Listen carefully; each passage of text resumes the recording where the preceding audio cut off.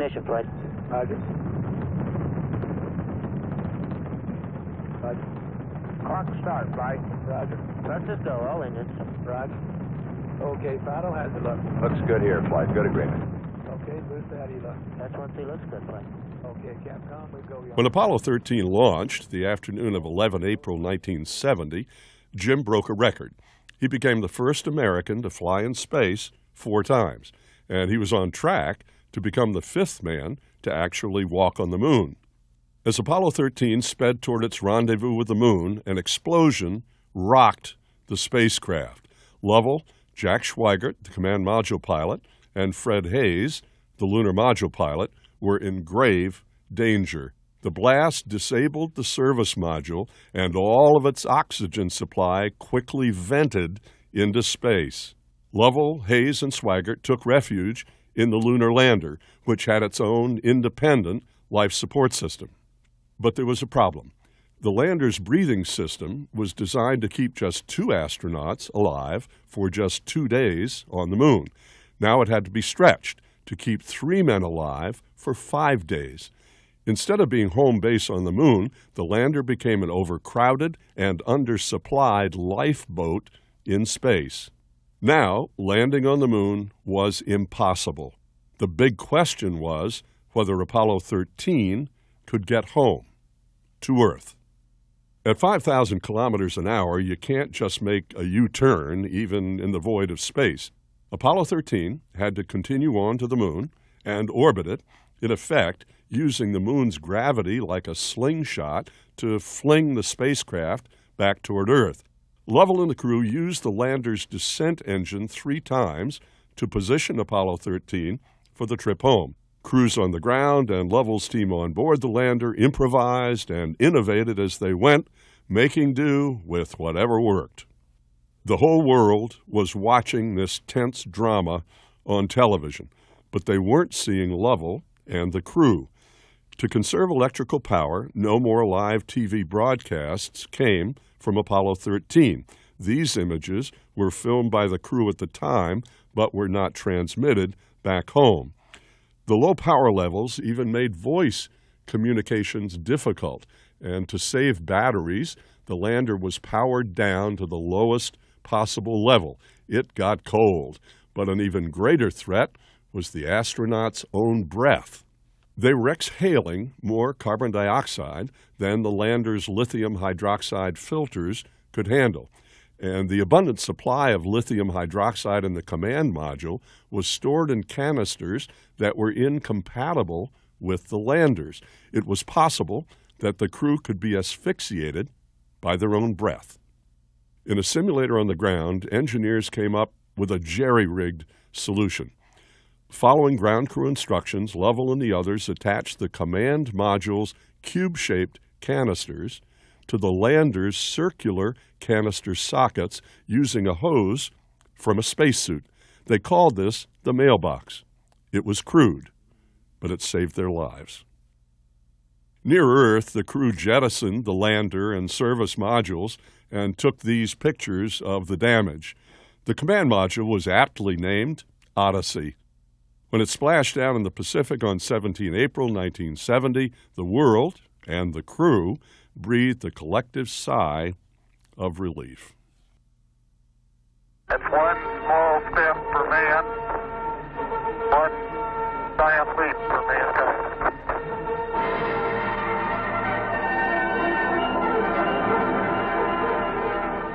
The man who took that small step and giant leap was Neil Armstrong. He spoke those words on 20 July 1969 as he stepped onto the surface of the moon. He was the first human ever to set foot on a celestial body other than our home planet, Earth. Neil had been a naval aviator who'd seen combat action in Korea and a civilian test pilot in the X-15 before he joined NASA's astronaut program.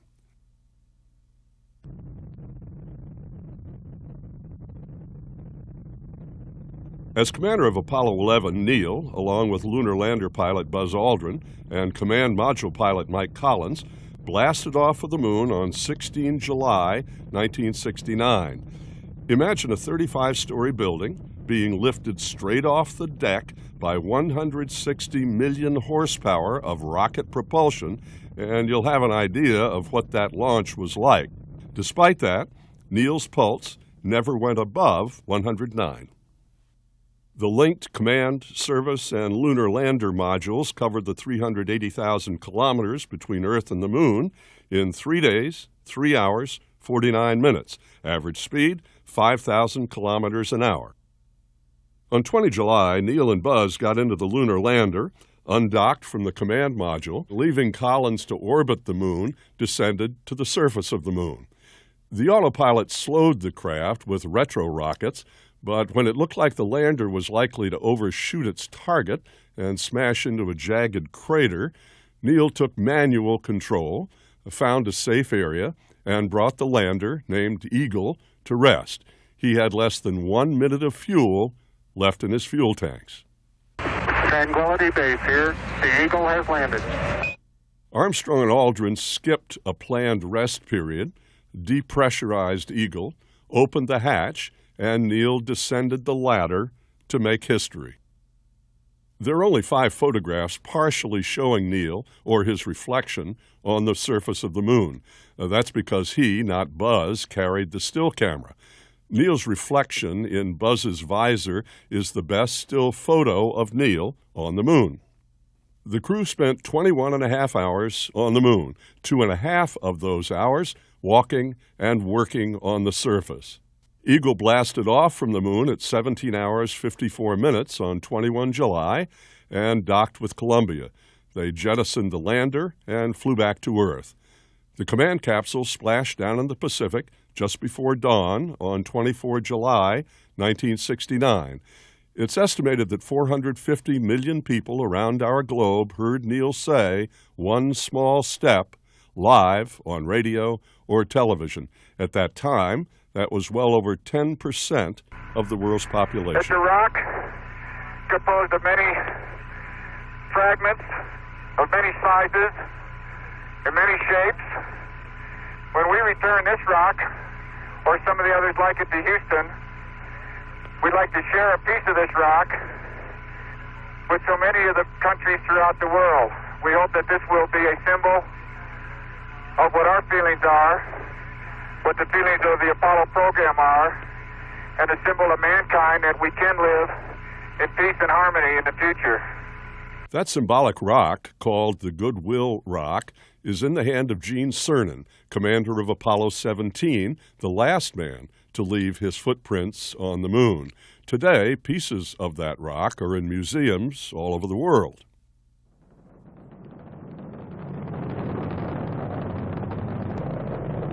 Apollo 17 also has a long list of firsts and other superlatives. It was the first manned spacecraft launched at night, a spectacular sight. It was the longest manned lunar landing flight. Cernan and Jack Schmitt, the lunar lander pilot, spent the most time on the Moon's surface and returned to Earth the largest sample of lunar rocks, dust, and soil. And 29,000 kilometers from home, the crew took this picture, the Blue Marble, the most famous photograph of Earth from space. Gene Cernan was a naval aviator when he was selected to join the astronaut program. He orbited the Moon in Apollo 10 and landed on it as commander of Apollo 17. He was one of only 3 men to journey twice to the Moon. Ron Evans stayed in lunar orbit in the command module. Down on the Moon, Gene and Jack Schmitt spent 22 hours exploring the surface. Using a lunar rover, they covered 35 kilometers at a barren valley called Taurus Littrow. You know, Jack, when we finish with station 8, we will have covered this whole valley from corner to corner. They even tried their hand at auto body work. They fixed the rover's broken fender with a lunar map, tape, and clamps to keep the wheel from spraying dust all over them. And in the Moon's low gravity, they played soccer with a lunar boulder. Just don't stub your toe. Gene got as close as a human ever will to traveling like a kangaroo. 99, proceeded, 3, 2, 1, ignition. And when it came time to leave the moon, a color video camera left behind transmitted these unforgettable images back to Earth. An onboard camera showed the lander's descent stage left behind on the moon. And cameras on the command module and lander recorded the docking approach above the moon. Good to have you all back up here. On 19 December 1972, 12 days after launch, Apollo 17 had a picture-perfect splashdown in the Pacific.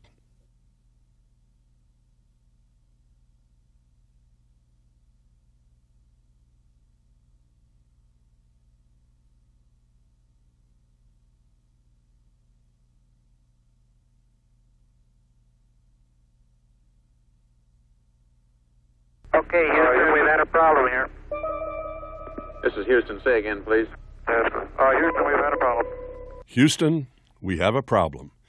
Those 4 words marked the beginning of a 4-day nail-biting adventure that had the whole planet on edge. Through it all, no one seemed calmer and more collected than the crew of the badly damaged Apollo 13 spacecraft commanded by Jim Lovell.